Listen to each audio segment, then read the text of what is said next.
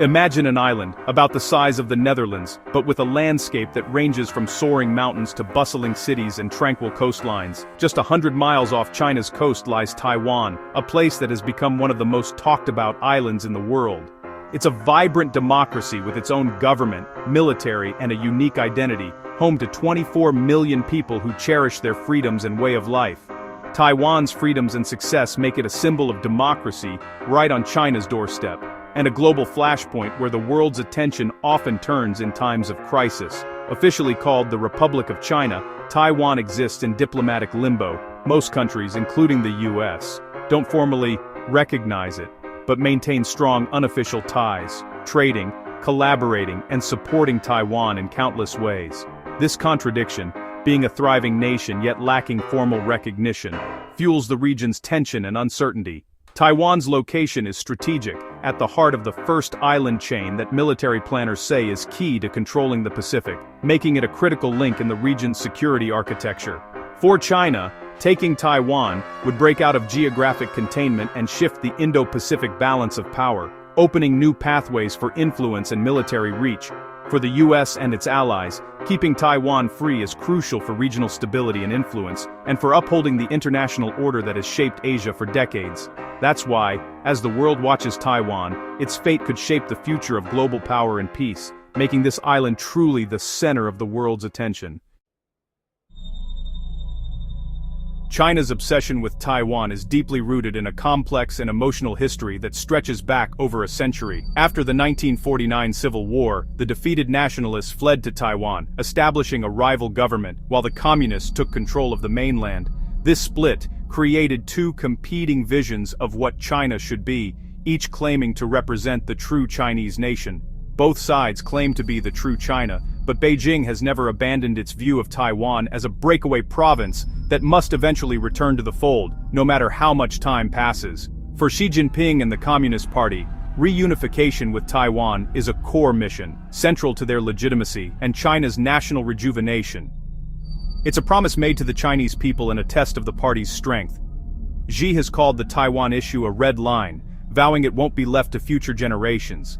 He's made it clear that the question of Taiwan is not negotiable. Unifying Taiwan would, in the eyes of the party, erase a century of humiliation by foreign powers and secure the Communist Party's rule for generations to come. It's about restoring pride and fulfilling a national dream.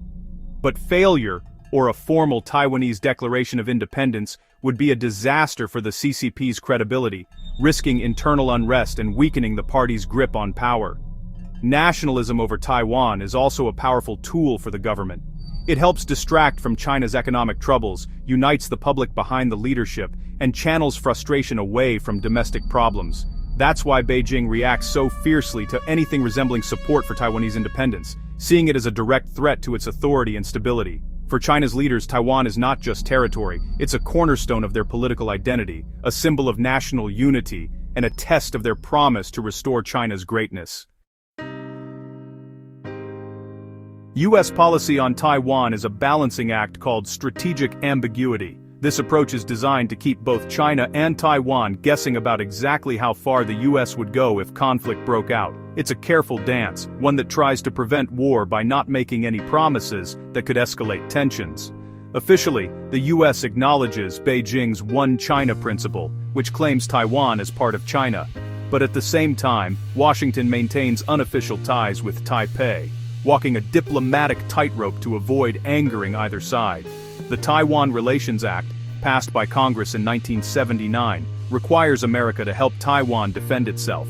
This means providing weapons and support, but it stops short of guaranteeing direct military intervention. The U.S. avoids saying if it would send troops, hoping to deter both a Chinese attack and a unilateral move by Taiwan toward formal independence. This uncertainty is meant to keep both sides cautious.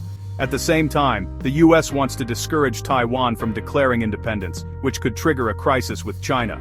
As China's military grows stronger and more assertive, Washington's support for Taiwan has become more visible through military aid, arms sales, and high-level statements. These actions are meant to reassure Taiwan and warn Beijing.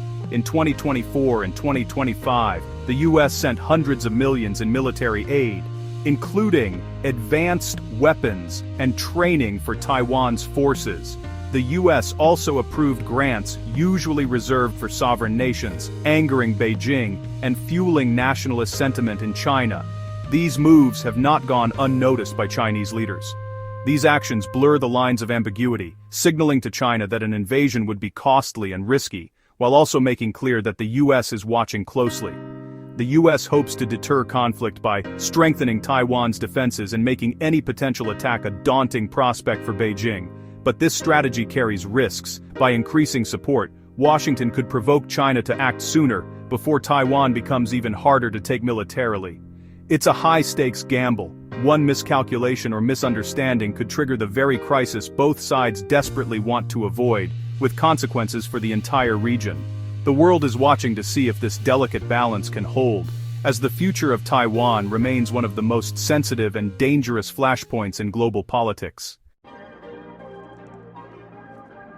The Taiwan Strait is now a daily stage for military brinkmanship. China's military sends warplanes and ships near Taiwan, testing defenses and rehearsing blockades and invasions. These drills are meant to intimidate and wear down Taiwan, and to show the world China is ready to act. The US responds with naval patrols, challenging China's claims and signaling commitment to Taiwan's security. American and Chinese warships often shadow each other, raising the risk of accidents in crowded waters. The US has also strengthened its military presence in Japan, South Korea, and the Philippines, key for any rapid response. Both sides are flexing muscles, trying to deter the other without sparking open conflict, but with so much firepower in one place, the margin for error is razor thin.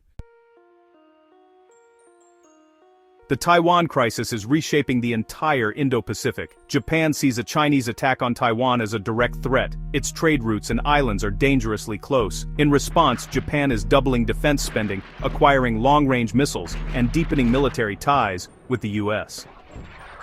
The Philippines, once closer to China, now grants the US expanded access to bases near Taiwan, providing vital staging grounds.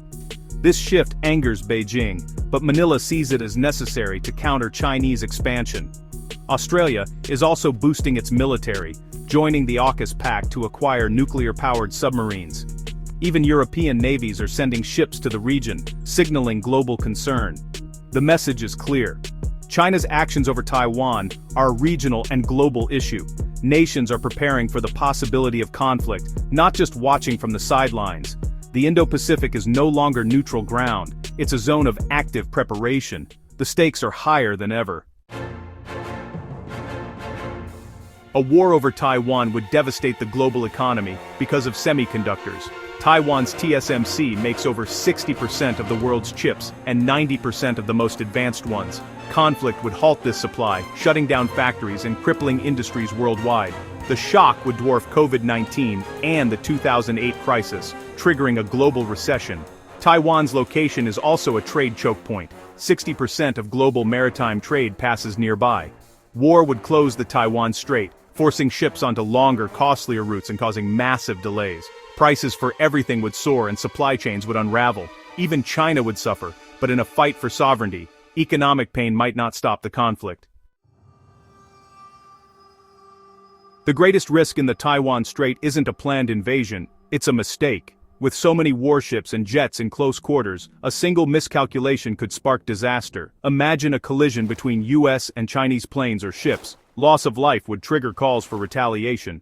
Under pressure, both governments might escalate rather than back down. Sanctions, cyber attacks, or a blockade could follow, forcing the US and its allies to choose intervene or let Taiwan be strangled. Intervention could mean direct war between nuclear-armed powers. A local incident could spiral into a global conflict, possibly World War III.